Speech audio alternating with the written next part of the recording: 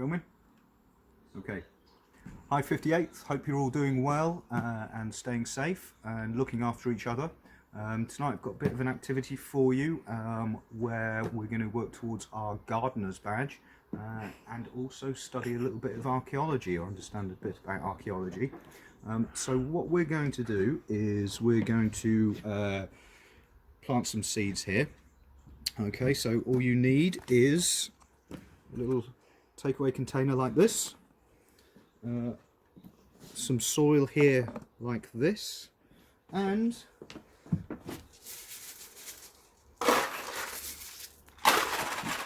a few stones here like this. So if you're out on your walks, if you haven't got a garden with stones in, if you're out on your walks, you can pick some stones up and take them home.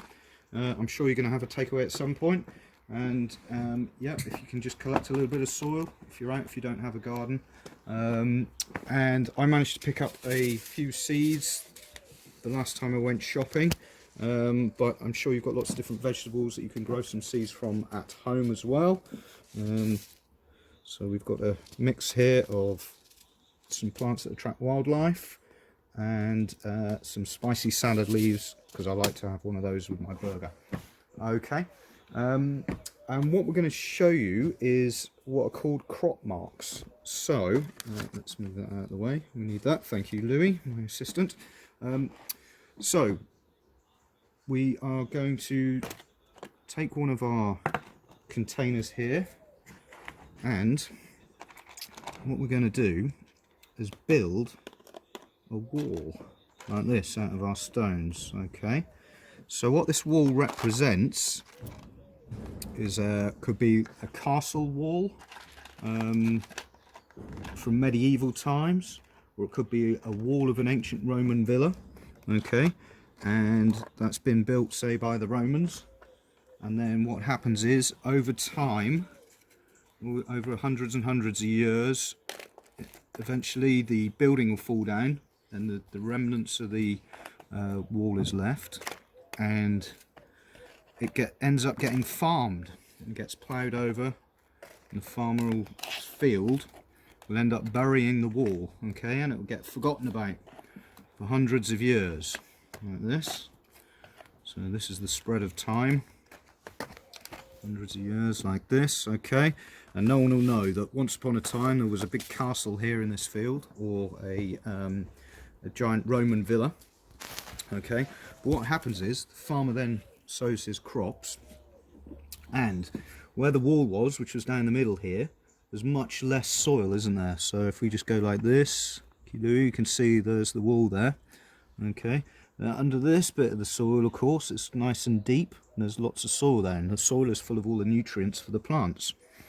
So what happens is the farmer will grow his wheat field here for his wheat, and where the wall is, the crops will not get as many nutrients, so the crops will be not quite as healthy, and they won't grow as high, and you can actually see in wheat fields where there might be a wall, because you can see that the crops aren't growing so well, which is good news for archaeologists, not so good news for the farmer.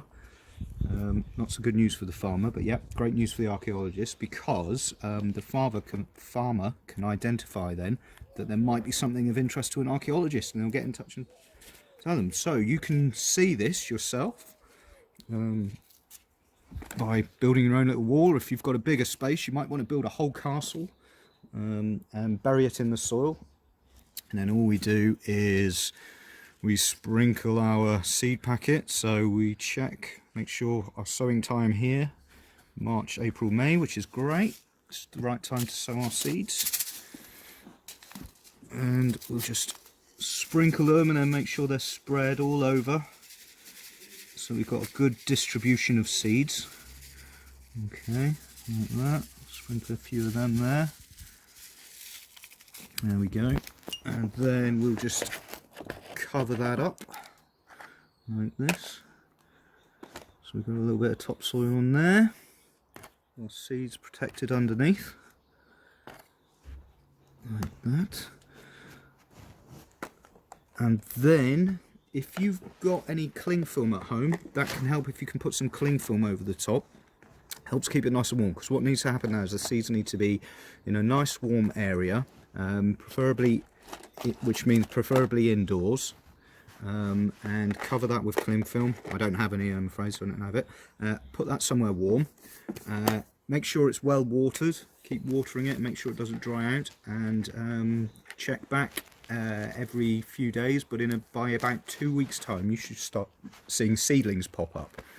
Okay, and so keep growing it, and let's see if you can see the positioning where the wall is by the time that your seedlings have grown into bigger plants. Okay, and it'd be great if you do this activity. If you can email me any pictures that you've taken of the wall that you've built, a sort of before shot and then an after shot of showing where the seeds are growing, and let's see if we can see where your walls are. One thing you might like to do is you could write your initials at the wall. So maybe turn that into a C, Louis. Like that. Let's make that a C for Clive. Like that. So, see that? Excellent. And let's cover that one up and do this one more. Huh? Yeah, we can put some seeds in. Thanks, Louis, if you want to do that. Just put some soil in there.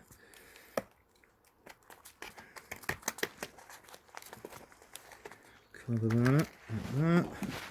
Make sure we get a good spread all the way around, all over. Running out there. That's it. There we go. So run out. Let's mix. Let's do a little flour and salad mix. Why not? Just to see how it works.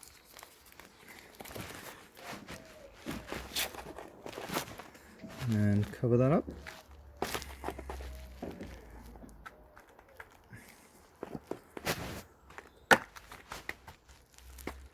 There we go. Just like that.